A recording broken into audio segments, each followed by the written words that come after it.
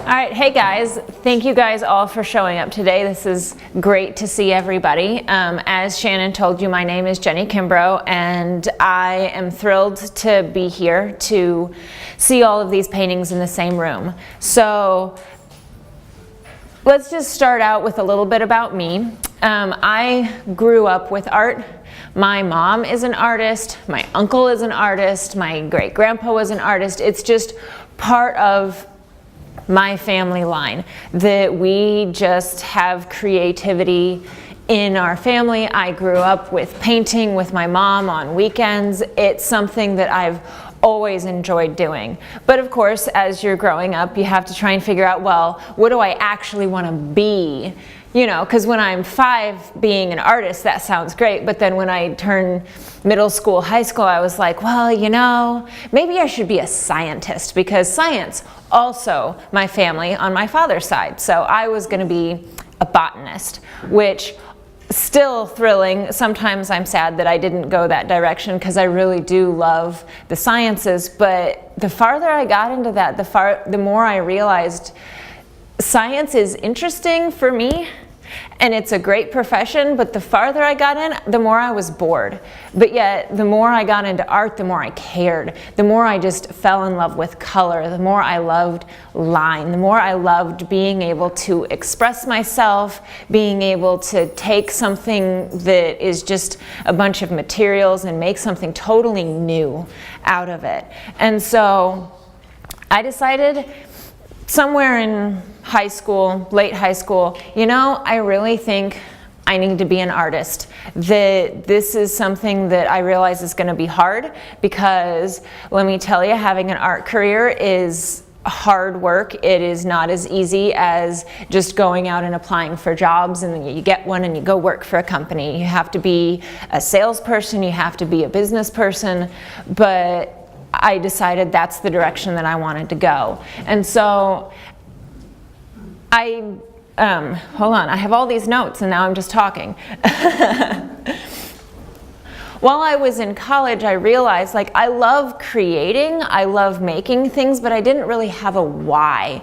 Like, I didn't have this reason that I was making things. And the more that I was just drawing because that's what the class was telling me, well, you need to draw this set of boxes, or this is the person that you need to draw, the more I realized that whenever I want to make an actual piece of art, I needed to have something to say. I needed a reason. I didn't want to just think, oh, I like playing with these colors. That wasn't enough. Or I really like painting flowers. That wasn't enough for me. And so I really needed to have that deeper philosophical reason behind why I create what I'm creating. And so while I was in college and I was just exploring myself, trying to figure out who I was, that thing that drove me was myself. So I did a lot of self-portraits and kind of dug into deeper issues of who I am on the inside. So not necessarily just like literal, here's a painting of me looking like me, but self-portraits that are more explorations of my psychology. But I got to a point where I kind of realized that I'm not all that important, and that the things that I was discovering about myself got to be repetitive and self-absorbed, and I also became a Christian. And as an adult, having that change from being a pretty hardcore agnostic atheist to being a Christian, my worldview switched. And the thing that became most important to me was, who is God? What does he care about, and what does he say to me, and who should I be because of that? And so now, from that point on, the thing that my artwork reflects is trying to wrestle with the deeper things of God. So not just, here I want to illustrate the Bible, though there are pieces that I do that have more of that aspect, but more, how do we relate to a creator? What is he telling us? How do we become more of that?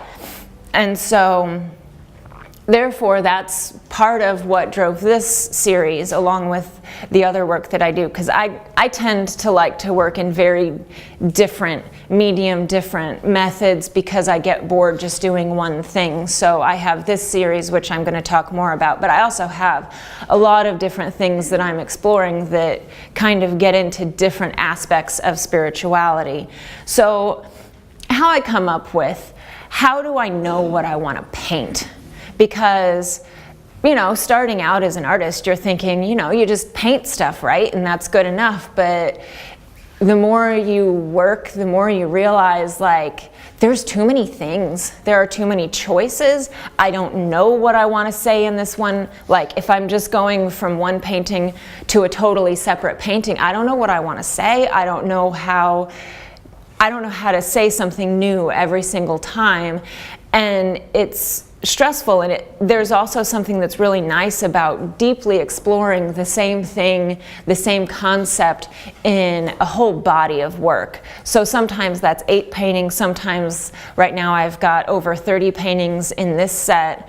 So just continuing to work on what does this one thing mean over and over and over again. So how I decide what I want to do is I journal, because since I need to have some kind of deeper concept behind why I'm doing what I'm doing, I need to think about it. Like, I need to come from, okay, I don't know anything, to a pointed concept that has a why, a how, what does this look like, how much do I need to talk about that, what kind of sizes do I want to make the paintings, having a lot of decisions made. So I take my sketchbook. My sketchbook has a lot of writing in it, actually, and not as much sketching, because my sketchbook is where I think about what do I find important?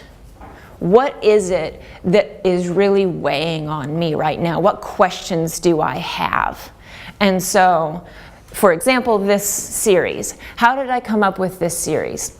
So I knew that I needed a new series because I was at a place where I had been working in encaustics, and for those of you that don't know, that's melted wax.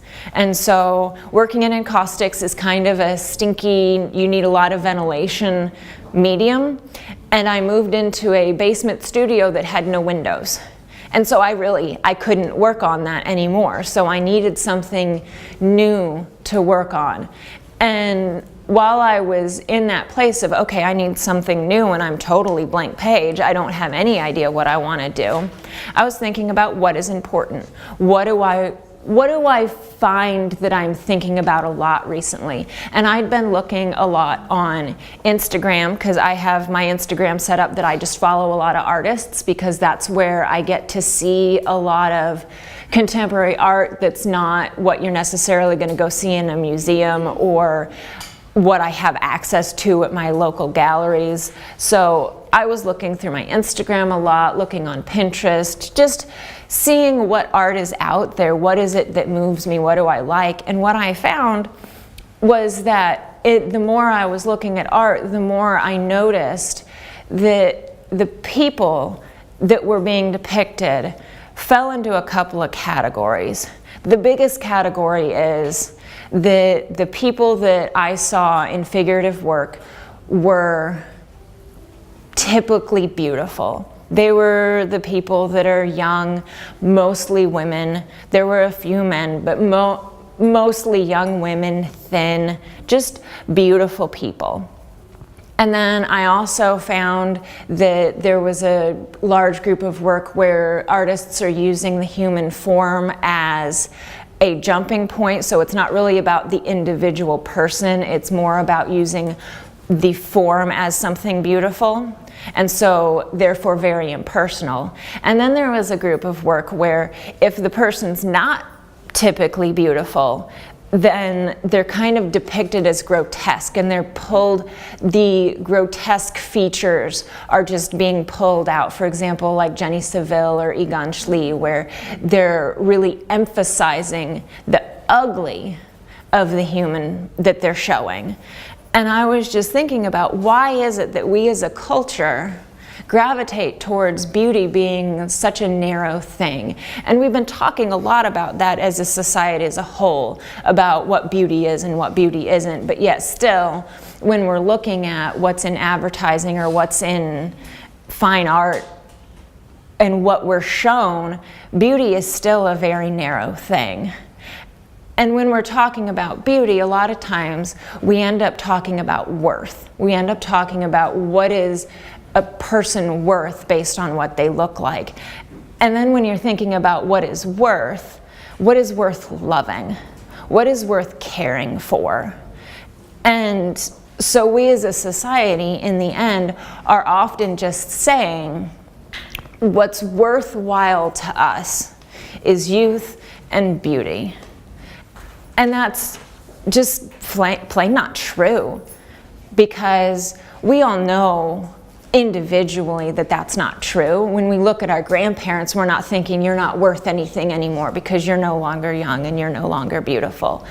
But yet that's what our society is telling us is lovable, and so that's what we're feeling about ourselves as what is lovable. And that is not what God thinks. So when I was thinking about starting this new set of work, it's what does God think is beautiful? What does God think is lovely? What does God think is worth love? And that's everybody. That's no matter who you are, no matter what you look like, no matter how old you are, where you came from, what your background is. Every single individual is worthwhile to God, and therefore should be worthwhile to us and should be able to be seen as a very special individual person that has both that lovable, important part to themselves in their soul, but also therefore has that capability within themselves that they also can love each other, and it creates this sense of community and this sense of personhood. And so, of course, thinking this is what I want to talk about, how do you even do that? How do you even start to approach the idea of, okay, I'm going to make some paintings, and these paintings are going to be about who is loved.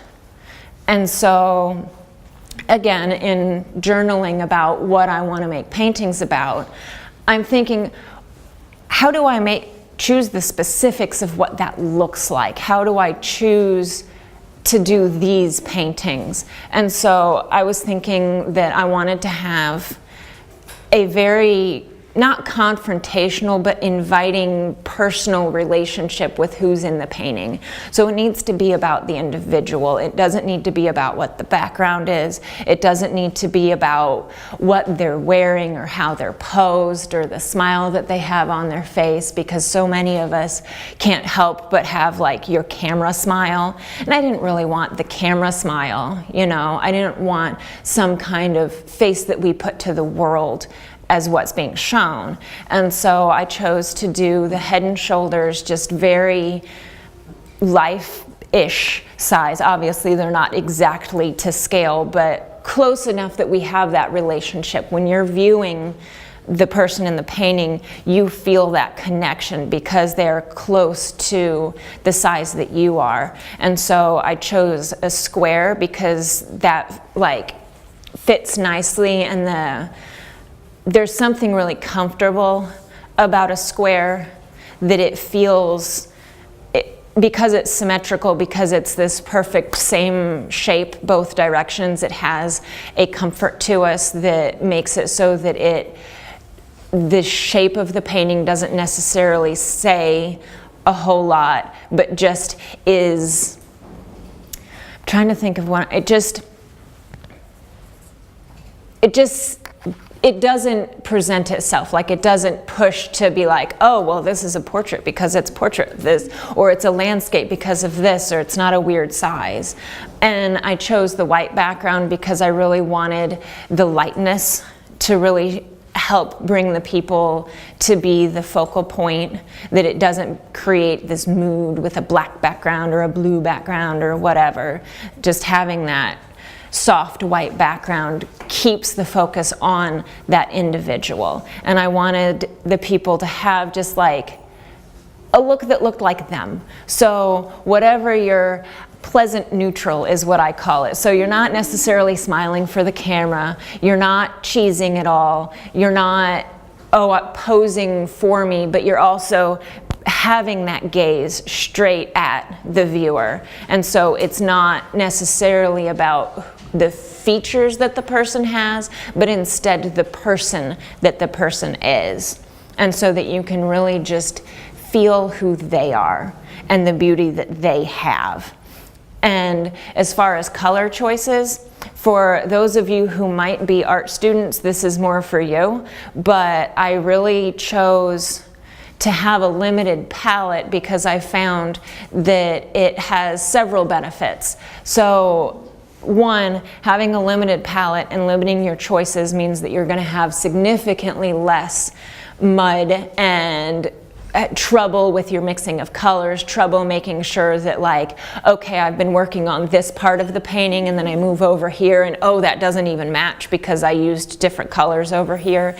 And it also really helps bring a whole body of work together. And what I mean by limited palette is I have a red, a blue, a yellow, a brown, and it's Payne's gray, but a black, so a dark neutral, and then white. So I don't have a lot of color choices. So if there's a color I want to mix, I'm not going to match it exactly, but the limited palette really helps tie all of the pieces together. And so it creates this body of work that's cohesive, as opposed to I start out with one set of colors that I use the most, and then somehow I get over to like, I started out with ultramarine blue and I ended up with phthalo blue, like that it just wouldn't go as well together.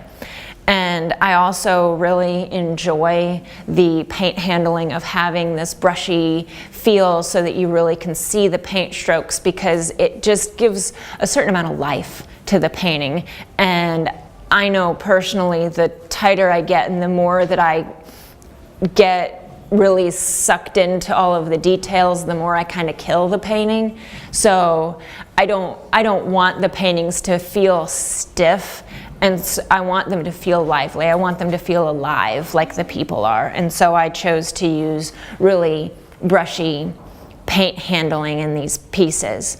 So yeah, the thing that I love the most about how this group of paintings is in the gallery is I've been working on them for years, and I've seen a couple together, at the most 12 or 14 together, but having them all in the same space really emphasizes the community. It emphasizes how beautiful it is to have this diverse group of people who all, as individuals, are so special, but then when they become a community, when they become surrounding you, you can really feel how much that love truly is permeating all of these individual people.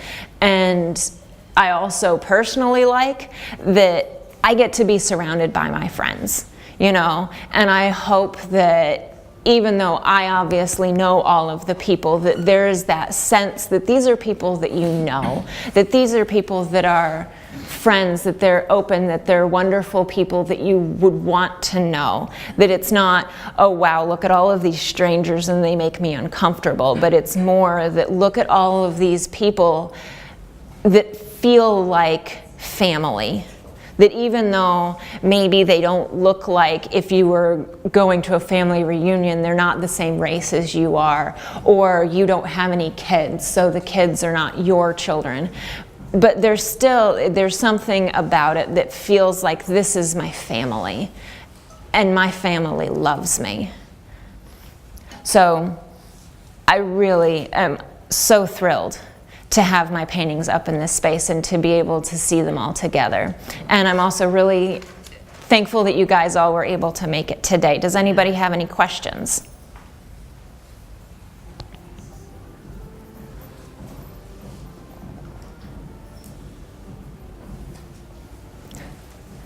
Yes. So you sort of mentioned it a few times, and I'm still curious. So it's a diverse body of portraits of people. And so what do you look for while selecting your models? I've been more cavalier than I wish I could have been because I've known quite a lot of people, but what happens is I started out with, I need some photos, and I find the people that I know that will say yes to taking photos, and then go until, oh wait, I need some more photos. Who do I know that I'm around right now that I could ask to take photos? So I've had a period that, because while we lived in Germany, my husband spent some time consulting with different international churches, and there was a time where we were visiting places that had just, I mean, people from like 60 different countries in the same space, but I didn't need any photos at the time, so I missed it. But right now what I look for is somebody that it's still important. It's not important to me to convey to the viewer, but it's important to me to know that they are somebody that they also have a relationship with God, because this is still my community, and that's something that for me I like knowing, and I like having diverse ages, diverse races. So like right now I've got a ton of white people, so I could totally use some more not white people.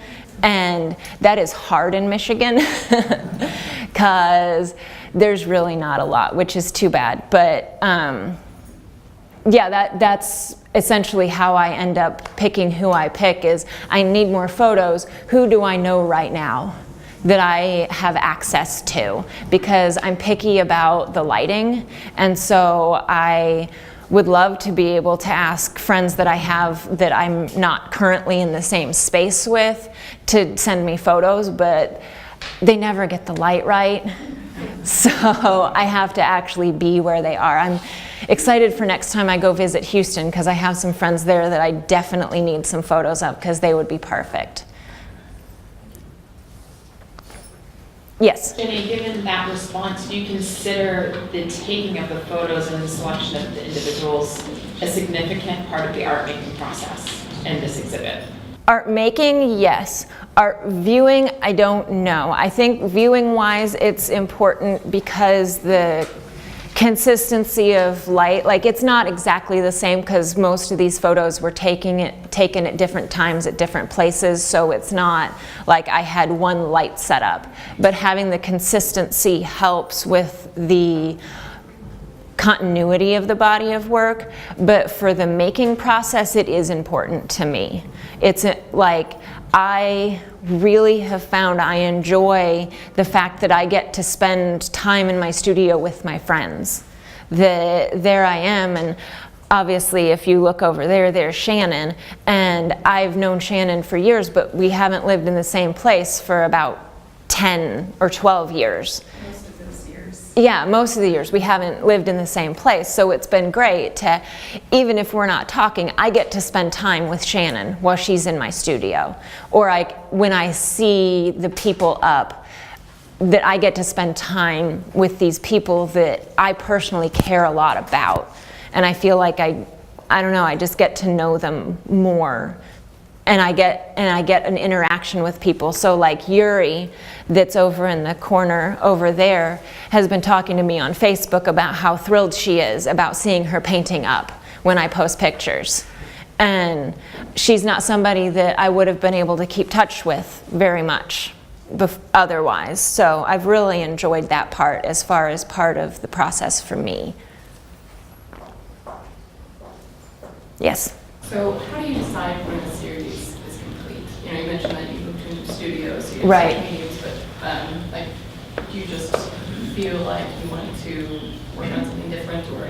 Yeah, it's been, for the most part, my series have gotten longer and longer, and I've been interested for longer and longer, but a lot of times it's once I get kind of bored with it, I feel like I've done that, I've explored that idea, and now I'm done with that idea. And the farther I get in my career, the more I don't feel quite done with several of my ideas, so I keep working on them.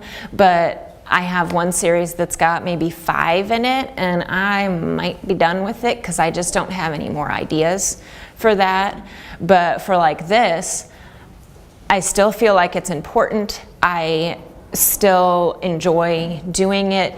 It's not one like each individual painting doesn't have to have a whole specific concept to it, because that's what I had trouble with my one that has 5, is like each individual painting has like a whole philosophical thing behind the painting, and I don't have a new idea for a new philosophical exploration of that particular subject matter. But these, I can continue to paint people that for a while. So mostly, yeah, whenever I just feel like I'm done, or I need something new to fit a specific time in my life. So these were that. And then I have another series that while we were in Germany, I was working on these, but I also needed something else, but it needed to be small, because we lived in a 1-bedroom apartment, and I just didn't have space or materials to do another larger set. So I needed something small, and so I came up with something small. Anyone else?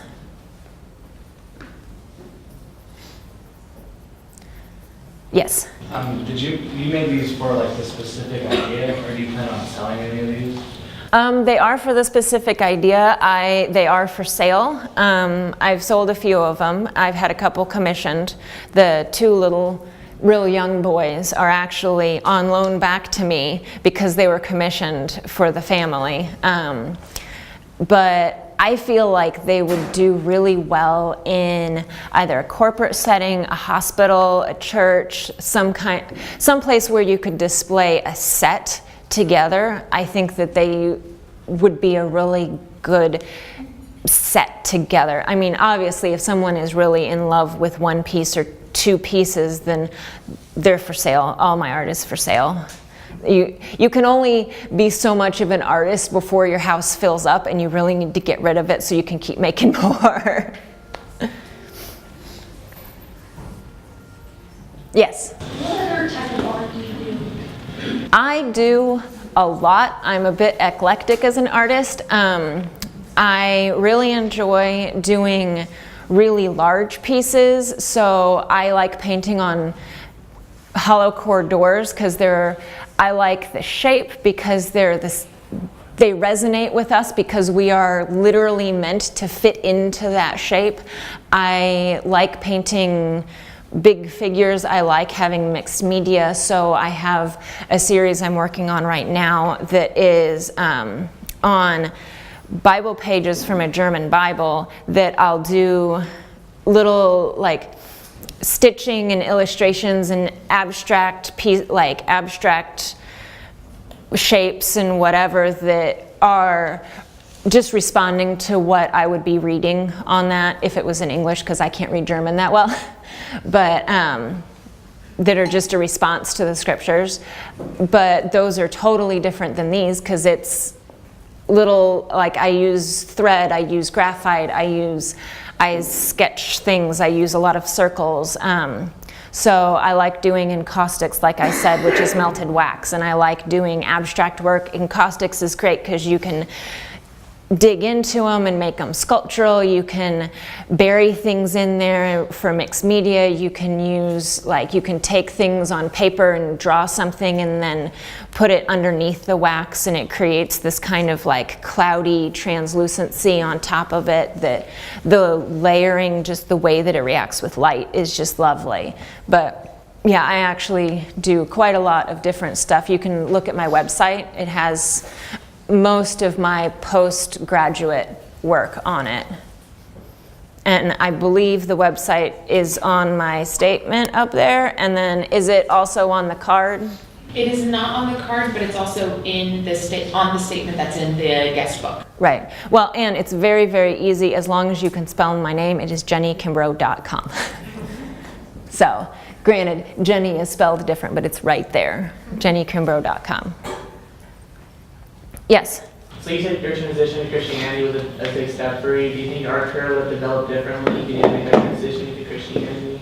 Very much, because that decision had a lot of repercussions in my life, both artistically, but also just the rest of how my life is moved. So I feel like I would have continued to explore the idea of self-portraiture as like philosophy and kind of like self-counseling, I guess. And I also probably would have actually ended up a professor, because part of the reason I was able to marry the man that I married is because we share that faith. And we would not have gotten married if I had not become a Christian. And thinking about which direction I may have gone, I may have been what society would describe as more successful, but I also would have been miserable. So I have zero regrets for that, because I would have continued being someone who I used to struggle with depression. I used to struggle with a lot more anxiety and self-doubt. And my relationship with God has changed that part of me significantly. And I would not trade that for any amount of the success that I could have had I gone in the direction that I had been going. Anyone else? Yes. What's the significance behind the title of your book? Loved, I want it to be the kind of, it's both love and who is loved. So what is love? How do we show love? But then also who is loved? So it's kind of that combination, kind of like when you see a definition and they have the S in a parentheses. Yes? What's your connection with the portrait directly behind you? Directly behind me. Her name is Mary. I met her when we were living in Germany. She and her husband Dave, who is the Indian man over there, he's bald, travel around the world doing marriage seminars, and they also have a orphanage in India where he grew up that they participate in and kind of run. And they are extremely beautiful people. So I'm thrilled that they're in this collection, because they are some of the people that we've met that we only actually spent 4 days with them, but I still talk to her regularly. We chat on Instagram or wherever and get to see the impact that her and her husband have on this world because of the love that they have for each other and for other people. Yes? Do you acknowledge the 8 resemblance between you and her? Oh yeah. I mean, granted, there is a lot of like, hey, we have red glasses, but I love her red. I think she is the prettiest. She is adorable, and she's so sweet, and always wears red Chucks. Jennie, have you painted any of your family members? Are they included in this? No, I keep meaning to paint my husband, but then he cut his hair off, so I need to wait for it to grow again, because he used to have really long Nathan, stand up. So see those curls, imagine them like here. But our church did a fundraiser in which the goal was if we made it, he cut his hair, and he cut his hair. So I'd like that to get long again before I paint him. But I painted myself when I was practicing to try and figure out what my technique is, because I actually end up doing, I paint a drawing on the underneath. So like I just use yellow and draw it out with yellow paint, and then I take brown paint and I paint so that I can get like the features and the form right and get just like it all blocked in, and then I take a layer and do gray in order to get more of the lights and darks correct and get more of the details in, and then I deal with color, because I found when I tried to deal with color right away, I was trying to think about too many things at the same time, and I just was making a mess, and I was frustrated, and it was wrong. And so I needed to do each part separately, and so all I'm thinking about when I'm doing the color is color. So I painted myself when I was figuring all of that out, but otherwise, no, I haven't.